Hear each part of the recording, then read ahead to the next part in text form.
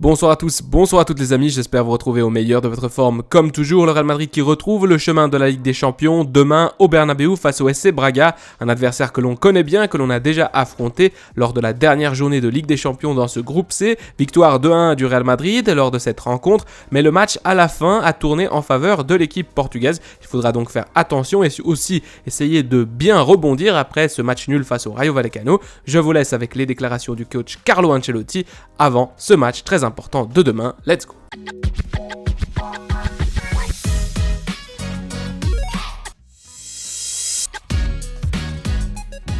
Question numéro 1. Demain, vous pouvez vous qualifier pour le prochain tour de la Ligue des Champions. Quelle est l'importance de gagner les 4 matchs et ainsi se qualifier? Carlo répond oui, c'est important parce qu'à ce stade de la saison, je pense que terminer la phase de groupe après 4 matchs serait une très bonne chose. C'est une rencontre que nous devrons bien appréhender, nous devrons bien nous battre car nous avons joué contre Braga récemment et nous nous connaissons très bien. Nous devons donc garder cela à l'esprit, qu'il s'agit d'une bonne équipe qui vient ici au Bernabéu pour essayer de prendre des points. Nous devrons donc faire notre maximum. Question numéro 2 dans cet éternel débat sur la manière de gagner. Que préférez-vous? Gagner ou bien jouer? L'excellence ou le résultat? Que préférez-vous? Carlo répond gagner parce que c'est le seul critère, la seule mesure d'évaluation pour un entraîneur. Si je gagne, je suis bon. Si je fais match nul, je serai mauvais. Je suis convaincu que 90% des matchs que vous jouez bien, vous les gagnez. Mais je m'en tiendrai au fait de gagner car c'est le seul critère d'évaluation pour un entraîneur. Question numéro 3, je voulais vous poser une question sur Jude Bellingham, que nous avons déjà vu s'entraîner avec l'équipe. Comment va son épaule et va-t-il jouer demain? Carlo répond, je ne sais pas s'il va jouer. Le fait qu'il se soit entraîné aujourd'hui signifie qu'il va bien. Il était à l'aise à l'entraînement, mais il n'a pas fait tout l'entraînement pour éviter un coup potentiel à l'épaule. Mais je pense qu'il a bien récupéré. Dans tous les mouvements qu'il a effectués, dans tous ses déplacements aujourd'hui, il était bien, il n'a pas eu de problème. Il se peut qu'il joue demain, probablement. Nous l'évaluerons demain, j'évaluerai ça personnellement demain avec lui. Question numéro 4, 2 recommandations sont arrivées depuis Barcelone, entre guillemets pour Vinicius. L'une des Carles Puyol disant que si Vini change d'attitude, il obtiendra plus de reconnaissance et qu'il aimerait lui parler. Et une autre de Bojan Krikic disant qu'il fait beaucoup de mal au Real Madrid et que c'est un joueur très conflictuel. J'aimerais savoir ce que vous pensez de ces recommandations. Carlo répond, si Puyol, qui a beaucoup d'expérience, veut parler à Vinicius, il devrait le faire personnellement. Je pense que Vini fait encore la différence et c'est ce que nous pensons. S'il doit améliorer son attitude dans certaines circonstances, peut-être que oui, mais nous pensons aussi qu'il a déjà beaucoup progressé. Il a progressé et continue de le faire. Nous sommes ravis de lui, enchantés avec lui, de ce qu'il fait sur le terrain, c'est-à-dire jouer au football et essayer de faire de son mieux. Lors des 2 derniers matchs, il est vrai qu'il a été un petit peu désorienté par moments, mais dire et continuer de dire que son attitude, ce n'est pas vrai, car son attitude s'est beaucoup améliorée par rapport à celle des dernières années. Question numéro 5, il n'y a eu qu'un seul match sans but, le 15e de cette saison, et les gens commencent déjà à parler du manque de but de l'équipe. De nombreuses années se sont écoulées quand vous, dans votre première ère à Madrid, l'équipe marquait 160-162 buts par saison. L'année du doublé, 119 buts seulement, entre guillemets, ont été marqués. Et nous avons remporté le championnat de la Ligue des Champions. Combien de buts faut-il marquer pour que le Real Madrid gagne des titres? Je ne sais pas s'il y a une science exacte, si vous pensez toujours ce qu'ils disent, qu'il n'y a pas de neuf et que cela affaiblit l'équipe. Carlo Ancelotti répond, il est très difficile de dire combien de buts il faut marquer pour gagner. Je continue de penser que moins on encaisse de buts, plus on a de chances de gagner. Cela étant dit, c'est une équipe qui, depuis que je suis ici, marque en moyenne 2 buts par match. Je pense, je n'ai pas la statistique en tête, mais je pense que dans cette première partie de saison, nous avons marqué 2 buts et quelques par match. Il faut marquer plus si l'on encaisse plus. Je pense que l'équipe s'est beaucoup améliorée sur le plan défensif cette saison. Nous avons laissé pas mal de fois notre cage inviolée.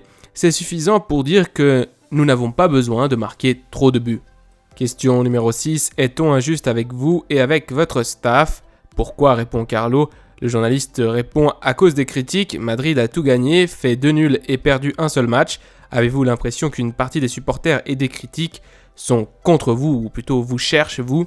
Carlo répond non, ce que je ressens vraiment, c'est que je me sens très aimé par les supporters qui me donnent beaucoup d'affection à chaque fois que j'en ai l'occasion. Lorsque je rencontre personnellement un supporter du Real Madrid, j'aime beaucoup le stade Bernabéu, sans parler du club lui-même qui me témoigne de l'affection tous les jours. Donc de toutes ces critiques, je ne les ressens vraiment pas, je me sens très à l'aise ici dans cet endroit. Question numéro 7, certains médias parlent d'un intérêt pour Gonçalo Inácio, un défenseur central du Sporting Lisbonne.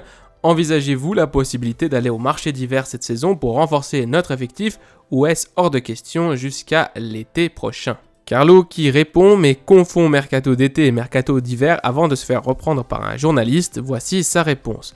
Non, je ne pense pas que nous ayons des idées pour l'été. Nous n'en avons pas besoin, nous continuons comme ça. Nous devons aussi garder à l'esprit qu'au cours de la deuxième partie de la saison, des joueurs blessés reviendront comme Courtois, comme Militao. Alors je ne sais pas quand exactement, mais ils reviendront avant la fin de la saison. Donc en été, nous n'allons rien faire. Un journaliste qui le reprend. Vous voulez dire au mercato hivernal? Oui, répond Carlo. En été, j'espère que nous ferons quelque chose. Non, vraiment, c'était une blague. Nous allons faire quelque chose. Question numéro 8, 3 journées de Ligue des Champions ont déjà été jouées. Je voulais vous demander quelle est l'équipe que vous avez le plus appréciée jusqu'à présent et quelle est l'équipe qui, selon vous, va gagner cette compétition ou a le plus de chances de gagner cette compétition. Ouf, répond Carlo. Je ne pense pas qu'il y ait de grandes surprises dans cette compétition. Je pense que les équipes qui se sont battues ces dernières années, à l'exception de Liverpool qui n'est pas en LDC cette saison, se disputeront le titre. J'ai vu de nombreux matchs et je pense que le niveau des meilleures équipes est toujours le même. Celui du Bayern Munich, du Paris Saint-Germain et de Manchester City, ce sont des équipes qui, avec les équipes espagnoles, parce qu'il semble que pour l'instant le Real Madrid, Barcelone et l'Atlético de Madrid peuvent passer la phase de groupe. Je pense que les équipes espagnoles cette année vont se battre en Ligue des Champions davantage que les autres années, avec plus de présence. Question numéro 9. J'aimerais savoir s'il s'est passé quelque chose avec Brahim ou si vous n'arrivez pas à l'intégrer dans le système. Il a joué 60 minutes en tant que titulaire contre Las Palmas et depuis, le Real Madrid a joué 6 matchs et il n'a joué que 16 minutes. Je n'ai pas compris la question, répond Carlo. Le journaliste reprend, lui avez-vous parlé? S'est-il passé quelque chose? Sachez mes amis merengues que j'ai appris un verbe aujourd'hui, le verbe sentencier qui est vieilli, qui vient du domaine de la justice et qui veut dire condamné par une sentence. Donc dans la réponse, je vais traduire avec condamné au lieu de sentencier. Carlo répond « Je lui ai parlé, je suis en train de lui parler, la vérité c'est qu'il n'a pas eu beaucoup de minutes. La vérité c'est que je sais parfaitement que c'est un joueur qui peut nous apporter, qui peut apporter sa contribution, il est disponible. Comme je l'ai dit, la concurrence est très forte ici, mais c'est un joueur que j'apprécie pour ses caractéristiques. C'est un joueur sérieux, professionnel et il jouera son rôle. Cela pourrait être demain, cela pourrait être dans les prochains matchs. J'ai lu que j'avais quelque chose contre lui, qu'il était condamné. Je ne condamne personne. Je ne suis pas un juge qui condamne. Condamner ou sentenciar est un très mauvais mot que vous utilisez beaucoup, vous, la presse. Parfois, je lis « ce joueur est condamné ». Il est très mauvais ce mot. La condamnation n'est pas une bonne chose, je ne condamne personne. Brahim aussi, je dois dire la vérité, j'ai un petit faible pour lui, j'ai quelque chose de spécial pour lui parce qu'il a joué pour Milan. Question numéro 10, pour en revenir au manque de buts ou aux buts en moins par rapport aux autres saisons, les attaquants par exemple Vinicius a seulement pas moins de buts, interrompt Carlo, parce que nous sommes plus ou moins dans la même statistique que la saison dernière. Alors le journaliste se corrige, les attaquants dans ce cas, Vinicius 3 buts, Rodrigo 3 buts, ils ont moins de buts que l'année dernière. Roselu qui est entré dans cette équipe a marqué 5 buts, je ne sais pas si c'est une question de malchance ou de confiance. Travaillez-vous également sur ce point à l'entraînement? Comment pouvons-nous améliorer cette statistique, en particulier pour les attaquants lorsque, comme l'autre jour, Bellingham ne marque pas? Carlo répond, nous devons être patients dans ce sens parce que ce sont des moments qui arrivent surtout aux attaquants. Il y a des moments où vous touchez la balle et ça donne but, il y a des moments où vous tirez plusieurs fois et vous n'êtes pas efficace. Rodrigo, au niveau statistique, c'est le joueur qui a le plus de tirs au but en Liga. C'est donc un joueur qui bouge bien, qui s'approche. Parfois le tir rebondit, parfois il n'est pas très efficace. Nous devons donc être patients et lui aussi. Ce moment passera comme c'est passé pour tous les attaquants. Question numéro 11. Lors de la dernière conférence de presse, vous avez dit que vous regardiez ce qui se passe avec Henrique au Brésil. Hier, il a été appelé pour la première fois en équipe nationale brésilienne à l'âge de seulement 17 ans. Cela n'était pas arrivé à un joueur aussi jeune depuis le phénomène Ronaldo en 1993, en 1993. Cela vous surprend-il? Carlo répond non, cela ne me surprend pas car il joue très bien. La vérité, c'est qu'en équipe nationale du Brésil, il a beaucoup de concurrence devant lui parce qu'il y a beaucoup de joueurs. Je pense que c'est une belle récompense pour un jeune joueur qui se débrouille très bien au Brésil en ce moment. Question numéro 12. Et avant-dernière question de cette conférence de presse, l'équipe de Braga a-t-elle été une bonne surprise et quelles alertes Braga a-t-elle laissé à vos joueurs?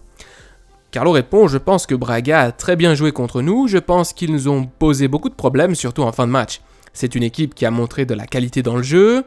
Comme j'ai dit au match aller, il faut bien défendre contre eux parce que si on ne défend pas bien, c'est ce qui s'est passé dans les 30 dernières minutes. Quand nous avons baissé les bras, pensant que le match était fini, Braga est revenu dans la bataille pour la rencontre. Et demain, c'est la même chose. L'aspect défensif contre une équipe de la qualité de Braga sera un aspect très important. Question numéro 13 et dernière question de cette conférence de presse. Que pensez-vous d'Alvaro Jallo, l'attaquant de Braga qui a été très important lors du premier match? Carlo répond, nous ne nous focalisons pas sur les individualités. Nous regardons le jeu de l'équipe et l'organisation qu'elle a, tant sur le plan offensif que défensif. La vérité, c'est que les attaquants de Braga ont plusieurs options. Ils ont des joueurs très rapides, ils ont un grand avant-centre qui est très fort de la tête.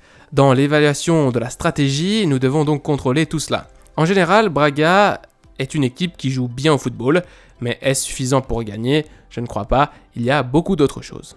Mes amis merengues, cette vidéo touche à sa fin. Comme toujours, merci beaucoup à toutes les personnes qui soutiennent la vidéo, qui soutiennent la chaîne en commentant, en laissant un pouce bleu. Ça fait plaisir évidemment. Si vous aimez ce genre de format, n'hésitez pas à laisser votre pouce bleu si vous avez aimé, si cela vous a été utile. Le Real Madrid donc qui se déplace pas, du coup j'allais dire qui se déplace, qui joue à la maison demain au Bernabéu face à Braga. Si on gagne le match, normalement on est qualifié pour le tour suivant de Ligue des Champions. Je vous laisse à la Madrid y nada más. Prenez soin de vous, des vôtres et de votre famille, c'est le plus important. Allez, ciao.